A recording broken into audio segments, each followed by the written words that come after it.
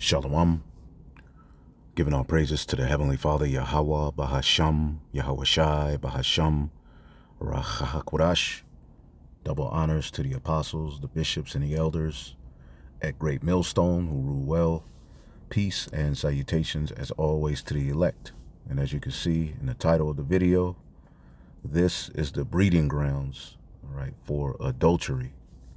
Men and women wiggling and drinking together, all right? And our beloved apostles, bishops, and elders, warned us, all right? And there's many warnings that have been sent out, all right, to the Bishop Nathaniel and the IUIC and these other camps of why they keep having these instances of adultery popping up, all right? And as you can see here, this is the breeding grounds for adultery, where you have men, all right, and women dancing together, all right, drinking together, okay, partying together, okay? Now, on surface, the average Israelite will say, well, what is wrong with that? All right, what is wrong with, all right, us, having fun together, dancing together, all right? So what we need to do, okay, and what's the difference between this, and this, all right? It looks fun, all right, but as we're going to show you, according to Israelite customs, it is off, all right? It is off, all right? Men and women should not be drinking, all right, and dancing together, okay? Because, again, it is the breeding grounds for adultery, all right?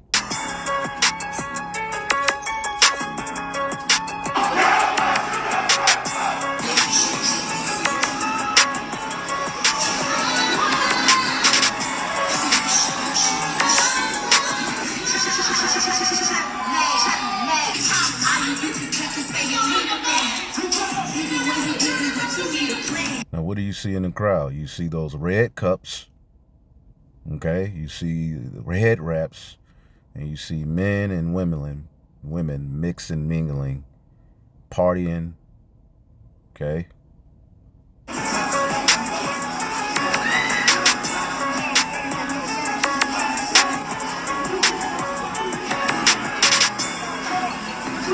Mixing and mingling, okay, and it's pretty much the same thing that goes on in the clubs. Now, I'm going to pull up what is known as biblical manner and customs. Okay, this is Bible Manner and Customs, all right, by James A. Freeman. I have the physical copy, hard copy of the book. You can get it. It's on Amazon and various different sites, or you can look on the internet and get the PDF. All right, this is a PDF file that I have saved to my phone. All right, and it gives you some good insight to certain customs, to certain scriptures. So as you're reading the Bible, you can understand what was going on in that time, what was the atmosphere. Because you could read a scripture, all right, but there's reasonings as to why things were said the way they were said, or certain conditions were applied, or, you have to understand the mindset concerning ancient manner and customs. Because one of the things that happens with many Israelites is that they come into this thing of ours, all right? They come into the understanding that they're Israelites, and when they read the Bible, they try to apply Western culture, Northwestern hemisphere, all right? And the atmosphere that we've been raised in, they try to apply it, okay, to the Bible. As the scriptures tell us, we need to seek the old path. And this is why a lot of Israelites have fault, with our apostles and elders, bishops, all right, because, all right, we bring the ancient mindset when bringing out the scriptures, even bringing out laws on how certain things were handled in particular scenarios. You have Israelites who they can't get over it. Now, a lot of you are saying we're hating, all right, but these warnings, all right, are actually through the Spirit, so that these individual camps can see it and get their act together. Because as you can see, all right, men and women mingling together in these different congregations is leading to, all right, adultery. Okay, now what I have pulled up here is Manner and Customs of the Bible, dancing, okay, dancing, All right. Exodus 15 and 20. All the women went out after her with timbrels and with dances. Dancing was performed at first on a sacred, all right, on sacred occasions only. It was part of the religious ceremonies of the Egyptians, all right, as well as of the Hebrews. Okay. So again, you have to understand the way that, the Egyptian did things, the way that we did things. All right. They started to get mingled, all right, at points. And here it is. We're in a spiritual Egypt. So we have to watch out. It says, and was engaged by many adulterous nations. Okay. And often accompanied with scones and debauchery. All right. Like, the club scene that goes back to the Feast of Dionysus, all right, Bacchus, all right, where ultimately when you go into the scriptures, as it talks about rioting, let's get that real quick. Rioting.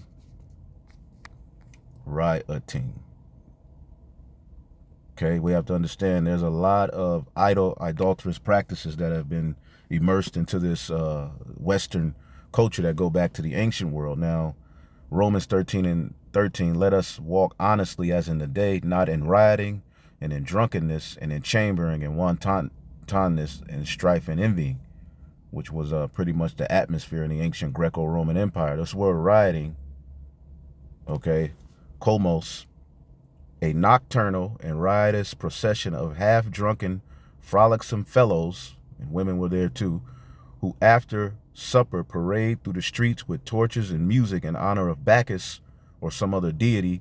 They sing and play before houses of male and female friends, hence use generally of feast, all right, and drinking parties that are protracted till late night and indulge in revelry, all right. This is basically your modern day club, all right, and I don't go to clubs, all right. Now you have particular, all right, brothers who indulge in that.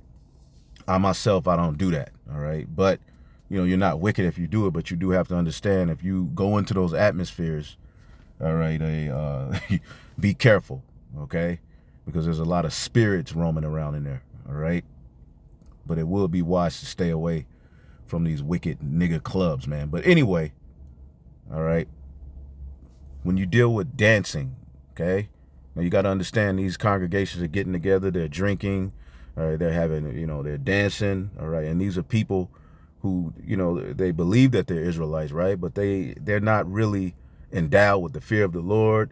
You're drinking, what is drinking known as? Spirits, okay, and pretty much you start to, all right, basically you're having a worldly, all right, affair, but it's under the guise of being an Israelite. That's why I call it white Jesus with a tan and cornrows. All right. Now it says, let me just read it through. It says, dancing was performed at first in sacred occasions only.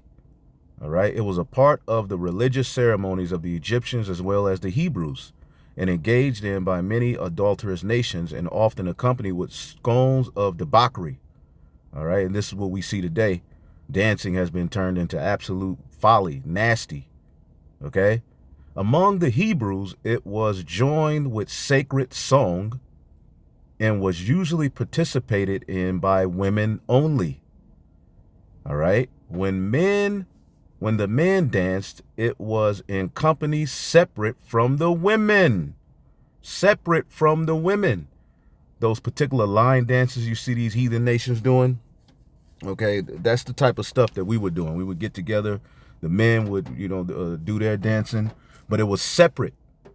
See? The men and the women were not, all right, as we've been raised, bumping and grinding on one another, all right, in the club with some goddamn punch and Hennessy mixed in together with a pineapple out of a can floating around it. Okay? It says when the men danced, it was in companies separate from the women, all right? Promiscuous dancing not being practiced. Okay, so you have these Israelites coming together and they're doing dances of the world, okay, under the guise that we're in the truth, we having fun. Why can't we have fun too? But you have to understand when you're doing that, you're opening up the grounds for adultery. And this is what's happening in the IUIC. This is what's happening in a lot of these camps. Okay? Because, again, you have all of these men and women meshing together. All right? And the way that men operate is naturally testosterone is drawn out of them when they're around women. So one dude can start doing too much, joking too much, trying to be too funny. His personality traits come out. Then the other woman, all right, who's a wife to another dude, she's there. She's looking like, ooh, my BL is fine. Then she start drinking. Y'all dancing, playing. And again, the freaks come out at night. As you're going to see, we would do our dancing and partying in the daytime. It says here, all right, it says, when the men danced, it was in company separate from the women, promiscuous dancing not being practiced. It wasn't twerking. If the ancient Hebrew dances were like those of if the ancient Hebrew dances were like those of modern Arabs, which a lot of these, Eastern countries and nations keep customs, all right, that are more linked to the East. See, the West is the problem. Okay, and we look at these different nations, and we're like, oh, that's boring. Oh, that look like that. I don't want to do that. Even when the men and the women eat, if you look at these different heathen nations that are from the East, all right, the men eat together and the women eat together. Okay, because when men and women start to eating together, okay, again, it can lead to those same, all right, things happening, man. Adultery. Okay, because you looked at that situation with the IUIC and the adultery, brothers did videos on it yesterday. How did they get each other's number? They start to mix and mingling, playing around. All right, then okay, I see his Facebook page, she see mine, then we in the DMs. Okay, these things lead to what? Complete wickedness, man. And this is why our apostles and elders warn, okay, and are so strict about that. You see? Because this is what it leads to. All right? If the ancient Hebrew dances were like those of modern Arabs, we can understand how Miriam led in the dance. Okay? One leads off in the step and the others follow, all right, in exact imitation of all the varied movements that she makes. These movements are entirely extemporaneous. Somebody put the meaning of that word. All right? Governed by no fixed rule, but varied at the pleasure of the leader. This is how we got down. All right. If you remember in the scriptures, Miriam led a dance. It says dancing was usually performed by the Hebrews in the daytime and in the open air. Now, the dancing, all right, of this world, when Jake gets together and dance, is usually accompanied by drink. Okay, some Frankie Beverly and Mays. Okay, and then eventually some trap music follows. Okay, and it's at night when you go in those clubs. That's a grounds for what? Bad decisions being made. You got the trap music, all right, which ultimately in trap music usually you have what is called an 808, and a lot of Israelites use this music in their these instruments in their when they make their music. There's nothing wrong with it, but you have to understand in a grand scheme of things.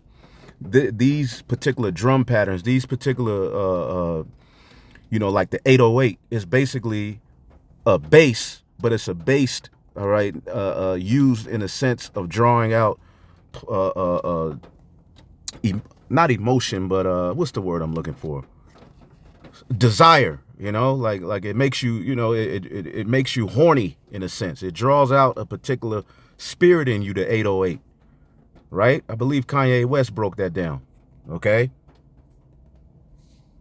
I'm saying the 808 exists in the lowest chakra of your body. The majority of... Now, we're not getting all into the chakra, all right? But there is truth to what he's saying because I'm a music guy, Content that's related to the 808 is killer or sexual content.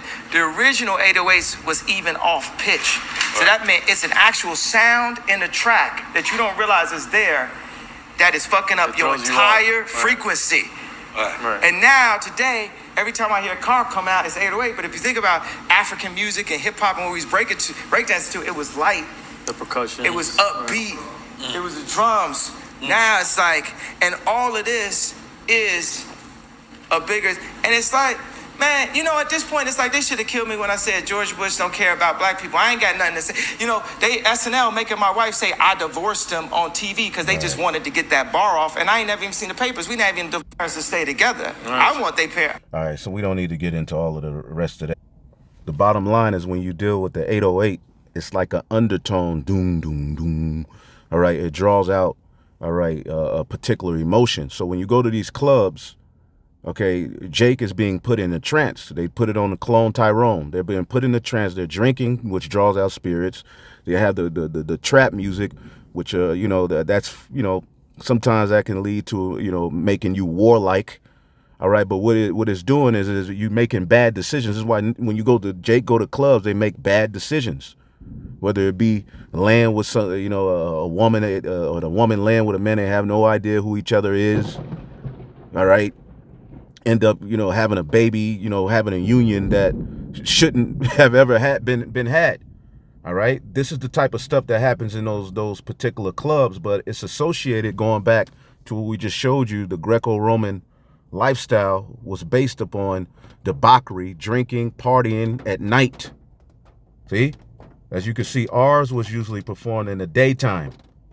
All right, and there were particular instruments and there were rules. The men wasn't sitting there dancing with the women. All right. Now, there was a point where King David, he was so happy they got the Ark of the Covenant, he was dancing around the women, and his wife got mad. Now, it says, dancing was usually performed by the Hebrews in the daytime and in open air. It was an outward expression of tumultuous joy. All right, when Jephthah returned from his conquest of the Ammonites, all right, you hear that thunder and lightning. Hey, the Lord, man, he getting ready to judge, man. All right, pray for the brothers down here in Dallas, getting ready to storm again. It was a storm the other day. Our lights and stuff, you know, was out, electricity, but bros are good. I believe one brother had some flooding.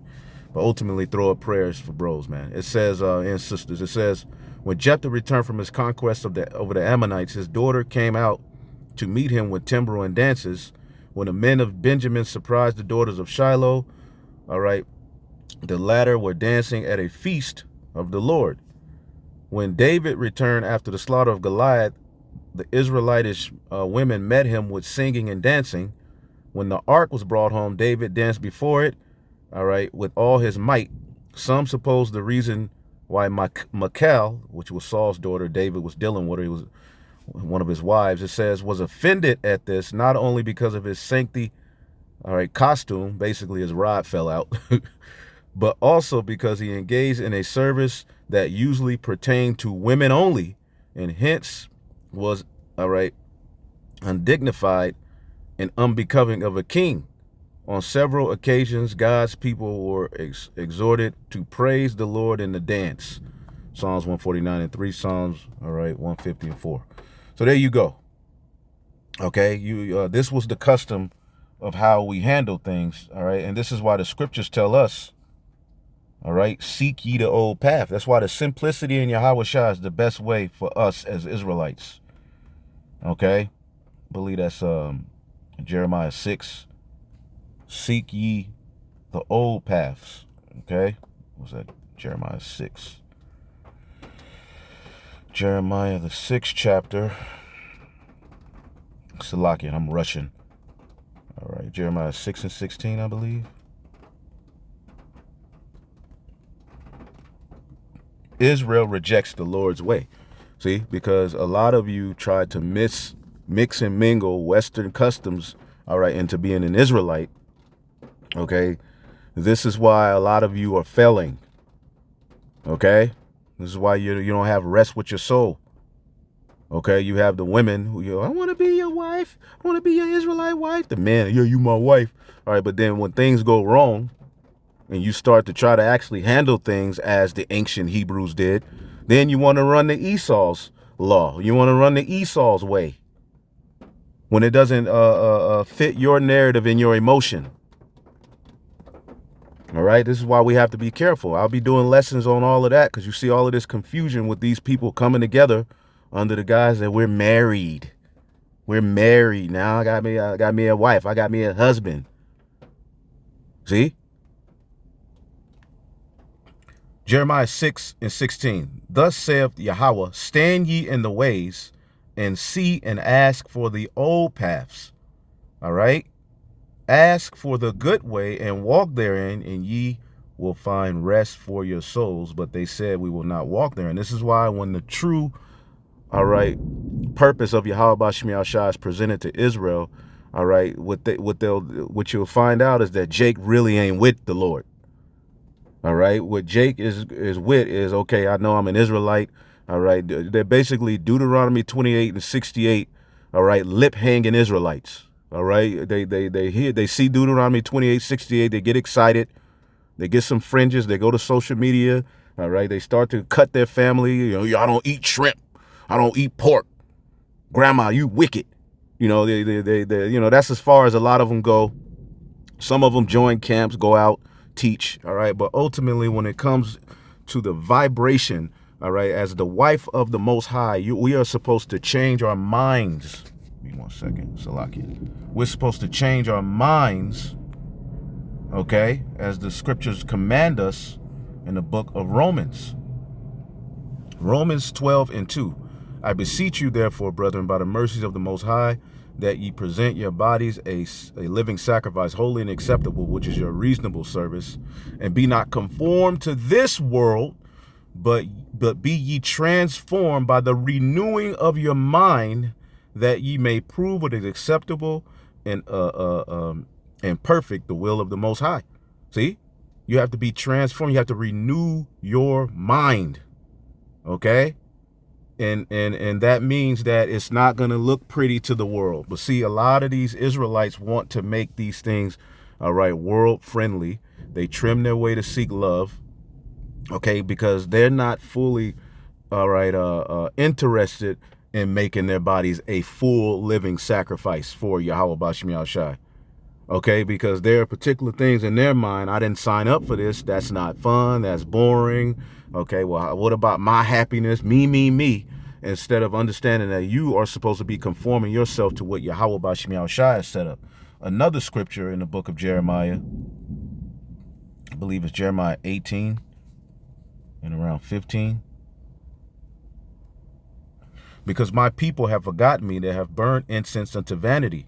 Okay, Jesus Christ, the spirit of Christianity is in a lot of these churches. The spirit of street nigger culture is in a lot of these particular camps. All right, because ultimately that's the path to money. That's the path to more members. That's the path to ultimately, you know, being famous. Okay, it's presenting, all right, a worldly mindset and lifestyle to Israelites. That's the easiest thing to do, because Israel is a people that is drawn by the flesh. This is the challenge of walking the path of Yahweh Shai, is walking in the spirit and putting off the flesh for the greater good later. Okay, and it's not the easiest thing to do, because the flesh, all right, naturally wants to enjoy itself. The flesh naturally wants what it wants. But again, you have to be wise, okay, and to fight. And if you're not fighting, all right, then you're going to get KO'd in the spirit, because my people have forgotten me. They have burned incense unto vanity, okay? And they have caused them to stumble in the ways from the ancient paths, all right, from the paths to walk in, all right, and they walk in a way not cast up, all right? So ultimately they have stumbled off the ancient highway and walked in muddy paths, all right, the miry clay of Babylon the Great, okay, in this beast system and these particular ways that are rooted, all right, in idol worship, all right. It feels good to the flesh, all right, but ultimately this was the fight from the beginning. Remember when the woman ate the fruit in Genesis, the 3rd chapter, she said it is good to taste and it's good to the flesh. That's how these strange philosophies present themselves to Jake, because it plays on their emotion. It gives them the power they want, all right? And then your God becomes your belly, right?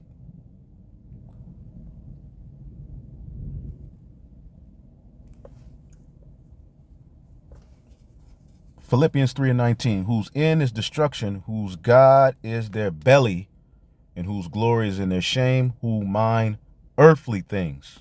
NLT, They are headed for destruction. Their God is their appetite. Okay? They brag about shameful things, and they only think about life here on earth, man. All right? And the scriptures are clear. Okay? Sirach 9:9. Don't sit down to eat with another man's wife or join her for a drink. You may give in to the temptation of her charms and be destroyed by your passion. And this is what is happening as these congregations gather for what they say is fun and congregating and family, and things like that, which you have to be careful. All right? Because family gatherings, we grew up in family gatherings and all of that, and they were fun, you remember that. So you'd be like, well, why can't I mix and mingle that into the truth? All right, and then what happens is, all right, as you go more and more to the left, all right, you forget your way, and then ultimately these situations like what you saw IUIC getting into. Second one, Canada. So we're going to talk about Brother Asshole. A-Z-O. I'm not saying the word. So now Brother Asshole, as you can see at the top, he's married. That's his lovely wife on the left. Sister Ahola on the bottom left is married to Brother So-and-so. Okay? Now give me the next one. What happened? This all took place during men's conference. Officer Liam, can you read this? Yes, sir. So they're texting back and forth. So the question is, why are they texting in the first place? Okay, if the Bishop Nate had taken heed to the warning given by the elder apostle Tahar, okay, he wouldn't be in this position, man. All right, but at the end of the day, hey, Jake is going to continue to do what the hell they want to do. Okay, hey, and the Lord is going to rain down them missiles.